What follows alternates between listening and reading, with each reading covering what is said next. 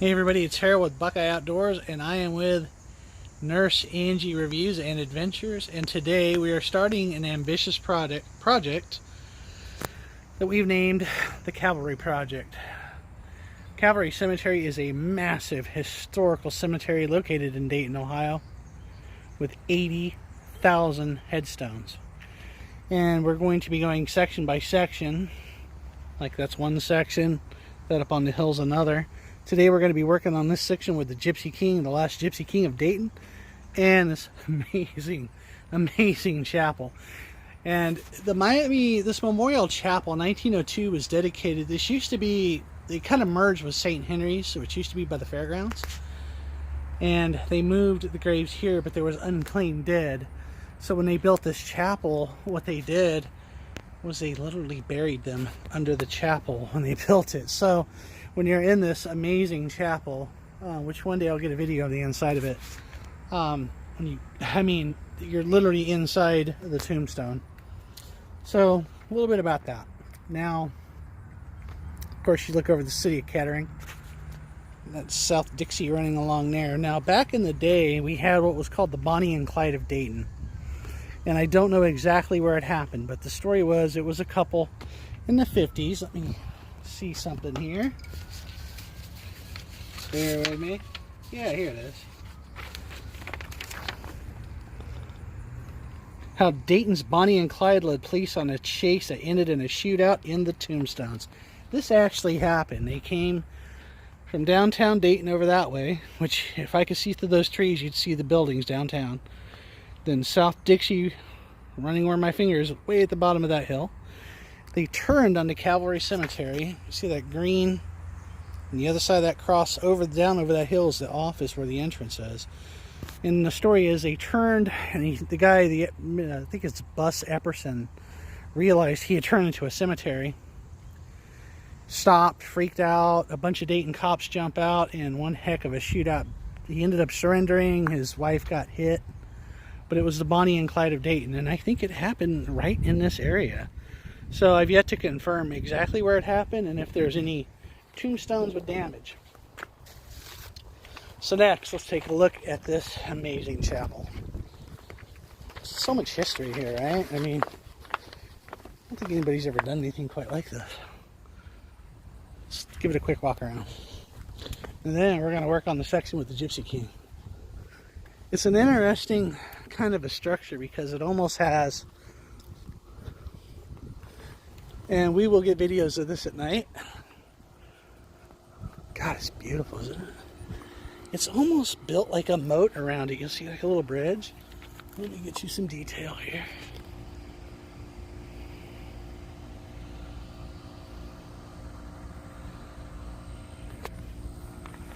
She's old too.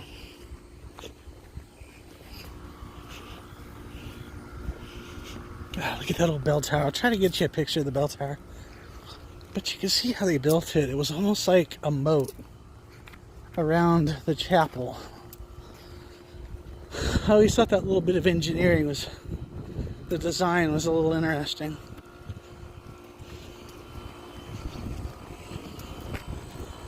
Get you a shot of that bell. So we just started this thing, and you know, we'll see how it goes.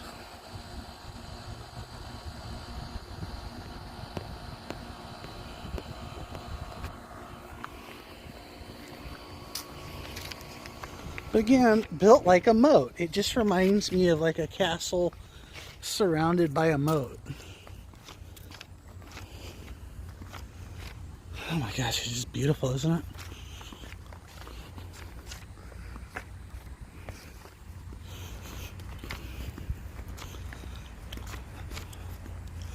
And at nighttime, there's huge lights they have here.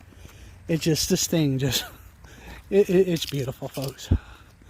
We will, they have an Angels Night up here, and we will try to get a video of the inside of it that night because it is a sight to behold. And we'll maybe ask the people running the show here if we could get in there before the crowd gets there and just get a really good video of it.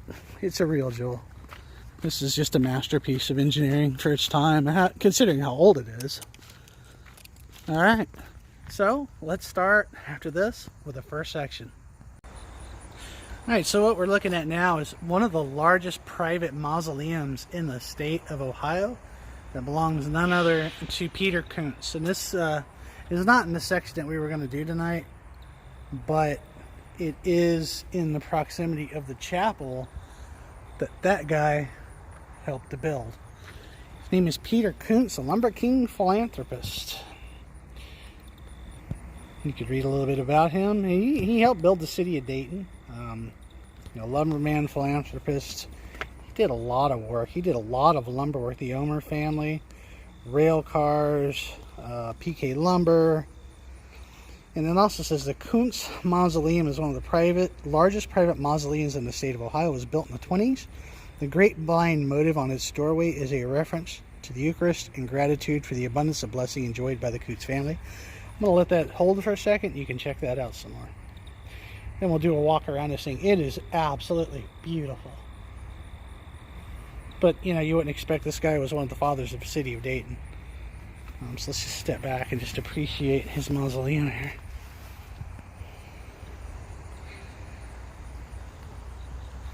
It's just some of the detail work. And this door, look at it. Look at that. That is just beautiful. God, that is just gorgeous. You can kind of see inside of it, but it's pretty obstructed.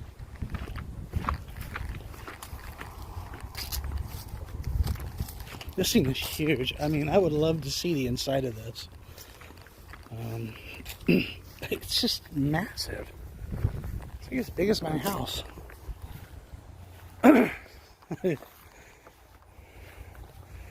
So we get a little further back.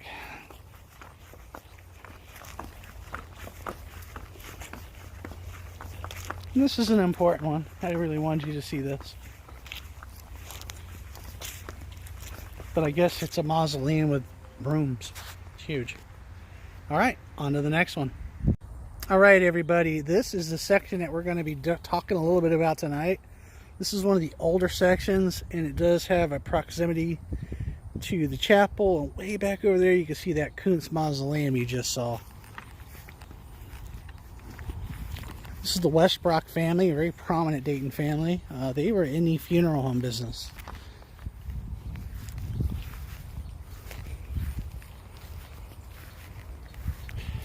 And let's take a look here. Ben Westbrook. He's founder of Westbrook Funeral Homes. He learned the embalming trade as an apprentice undertaker in the years following Civil War in 1892.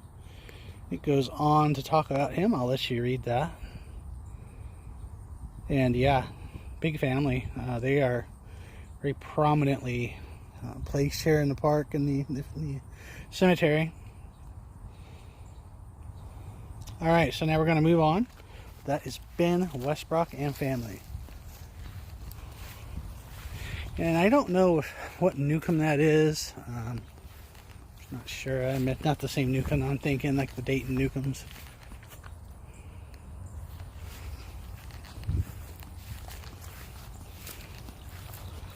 And this is the Leonesh. I hope I'm pronouncing that right. This is Theodore, 1861 to 1947. Notable person. And he is, I don't know him. He worked for several prominent firms. Jacob X, Stomps. A Democrat in local politics, served Board of Education. He was appointed Secretary and Treasurer, Holy Trinity Catholic Church in 1888. He passed away in 47. You can hit pause and take a look at that if you'd like. So it seems like I'm jumping through a lot. Well, there's 80,000 headstones out here. So we're going to be moving to the most notable ones, most interesting things. We're also going to be pointing out problems, right? So, see some things that look like they need addressed or fixed, we're going to bring that up. And maybe Calvary Cemetery will see this video. I never know. Okay. Louis Weiner, brewer. Member of the Dayton brewing industry. And boy, we had them back in 1865. Keeper, Pioneer Brewing Company, corner of Wayne and Hickory. Oschlager Bottling Works, 1904. I'm an old bottle collector, so these guys hold a special place in my heart. You can actually see the embossed bottle, probably a Slug soda. Slug bottle, that is. That's a, yeah. I'll let you pause that if you want to read that. And I just have to, you know, like I said, I like to dig up old bottles, and oh man, I tell you, you know, you just never know what you're going to find.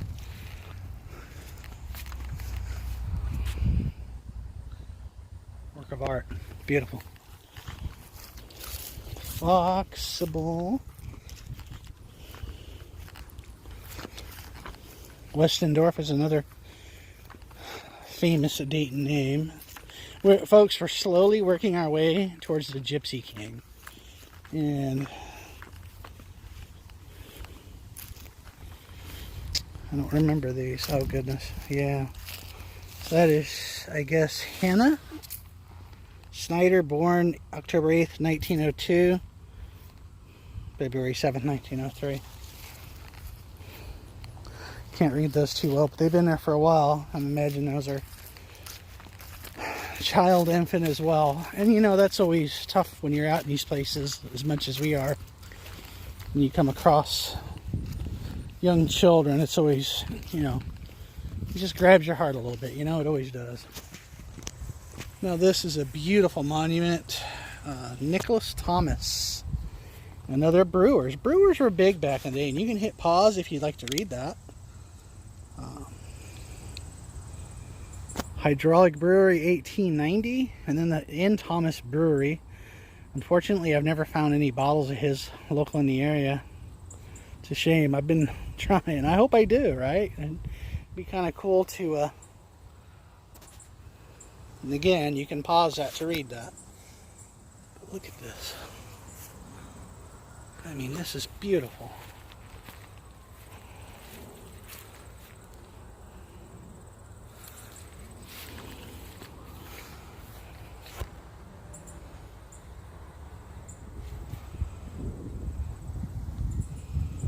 What a work of art, right? Now, yeah, I can understand why I like coming up here so much.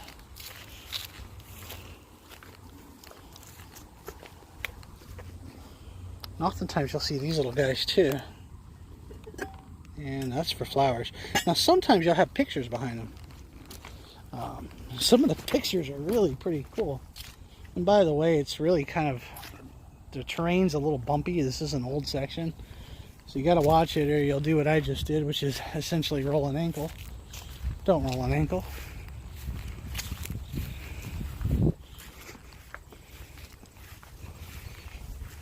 And again, you know, this is a pretty old section. But one thing we noticed, and we had some concerns over, there seemed to be some maintenance issues. Oh, look at that.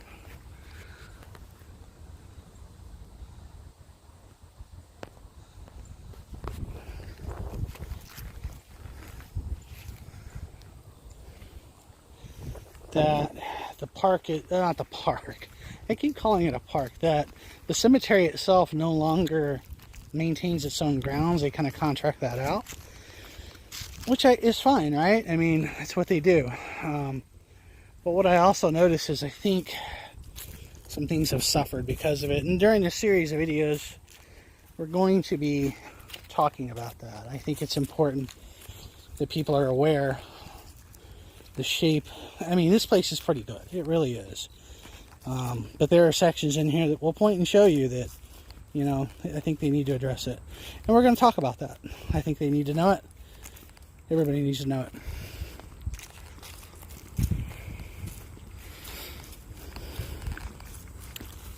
Another beautiful, oh boy.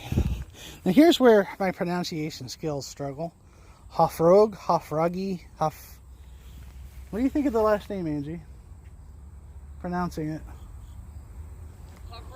Hofraj. This is, it's hard for me sometimes. I struggle with that a little, I ain't gonna lie to you. Alright, so let's talk about some of These guys are all set into this hill. Now these are old. 1921, I mean, to give you an example. So these are knocking on 100 years old. Some of them I believe are older. And again, they're set into this hill. And there's tombs, I mean, there's grave sites up on the hill. This is the Koontz Mausoleum. Like I said, some of these you can see inside. And we will try to do that.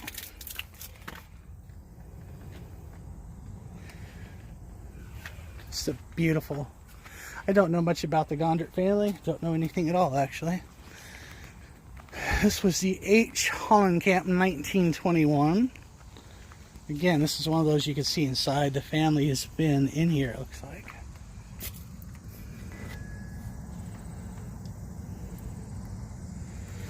Beautiful, right?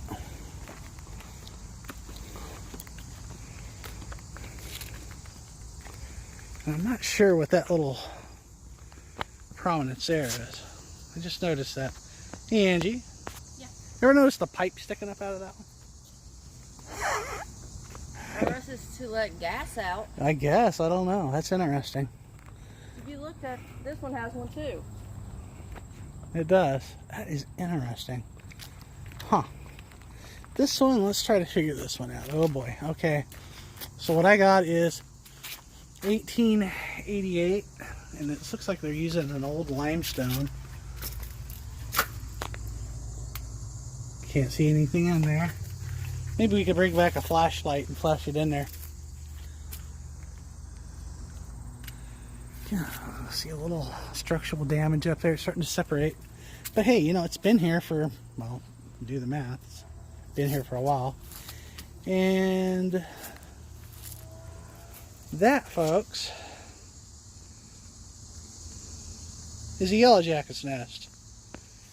So we're going to be backing away from the yellow jacket's nest because I have anaphylaxis and I don't have an EpiPen. You see them? So again, groundskeepers should be, you know, to they people haven't like mowed up here on this no. area either. Like they forgot it. This is Schrock family. Some of these are fairly recent, 2007. But this has been here for quite some time again. There's something about this statue. Just love. Touch it. Alright. We're getting to the good one now. And unfortunately, this structure has some damage on it. This is Stajka Jerima Eli Tamazo Eli. But here's what you may not realize. It's actually the gravesite to Frank P. Stanley and some other family members. That is none other than the last surviving Gypsy King of Dayton. I'll let you pause that and you could read that if you'd like. But as you know, the Gypsies back in the day were just interesting people, right? They horse traders, finaglers, nomads. It just kind of did their thing. So with the Gypsies too, often they would bust wine bottles against the mausoleum. Every now and then you'll come and you'll see broken glass down here. I just thought that was an interesting point. But yeah, let's start. That's our Dayton Gypsy King right there. And as you can see, the back of it, there used to be a prominence that came down. I believe it's that piece of concrete right there that is broken off from erosion. And it's very, very sadly, you can see that same prominence is now broken off on this side. And again, you can see the digging that no one has taken care of this. What I want you to see here is that that's from that. Okay, he's doing a lot of damage. Plus a yellow jacket's nest, Angie. Angie knows why I didn't go up on that one. And a couple more to go and we are done with this section. This is Zeeler. Oh, I'm terrible at pronouncing names. This guy is pretty tall. I don't know the date on him. I'm going to guess he's a little bit more modern. Now, let's see. Ooh, that's creepy in there. Oh, isn't that beautiful? Look at that. Camera picked it up perfectly, Angie.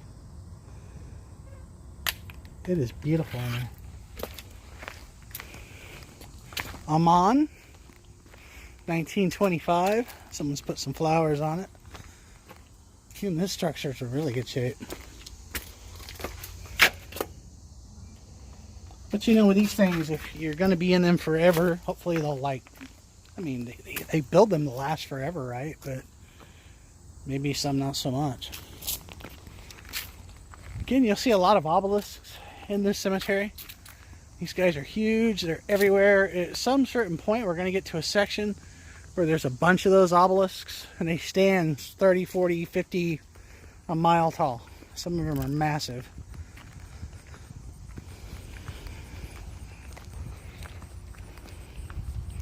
And the last, but certainly not least, Rudderman. Again, I don't know the story on them. This is more of just a tour of the mausoleums themselves. Let's take a look. And this one has some of the most beautiful... Look in the back there. Look at that paint-stained glass.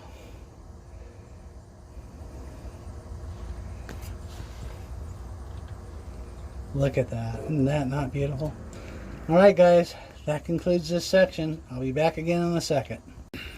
Alright everybody, so that is this section in that beautiful, beautiful chapel, plus the Koontz Mausoleum on the other side. And I hope you enjoyed this first one. Again, we just put a scratch on how massive and amazing this place actually is. It can be a sad place, a happy place, a place of solitude too. So again, we're going to be doing every section. We think there's about 30 sections. So this is a project. This is gonna take time, and we do hope you hit subscribe, share this with your friends. Calvary Cemetery, if you're watching, we'd love to talk to you. We're going to continue to do these. And again, you know, if we see maintenance problems, we're going to bring it up. Oh goodness, yeah, this is what I was talking about earlier, folks.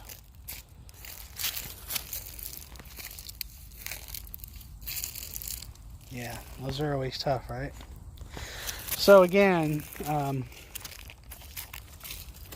you know, do hit that subscribe button to Nurse Angie. And we're going to be doing a lot of these. I think it's a really neat place. And then eventually, once we get this whole thing done, we're going to move on to Woodland. And that is going to be a massive undertaking.